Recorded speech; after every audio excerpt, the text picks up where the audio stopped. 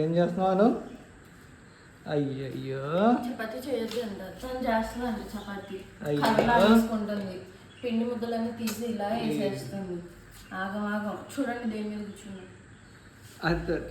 లే లే పక్కలే లే. No no no no no ఇక్కడికి వచ్చు అను, ఇక్కడికి వచ్చు. ఇదేనా అలరి చేసి అలరి అమ్మకి సాయం చేయడం అనేసి అలరి చేస్తావా? తప్పేనా? అయ్యో అదే అదే పిండి పిండి పిండి పిండి పిండి పిండి. ఇట్రా పిండి ఇవి అను, ఇట్రా. నేను తింటా.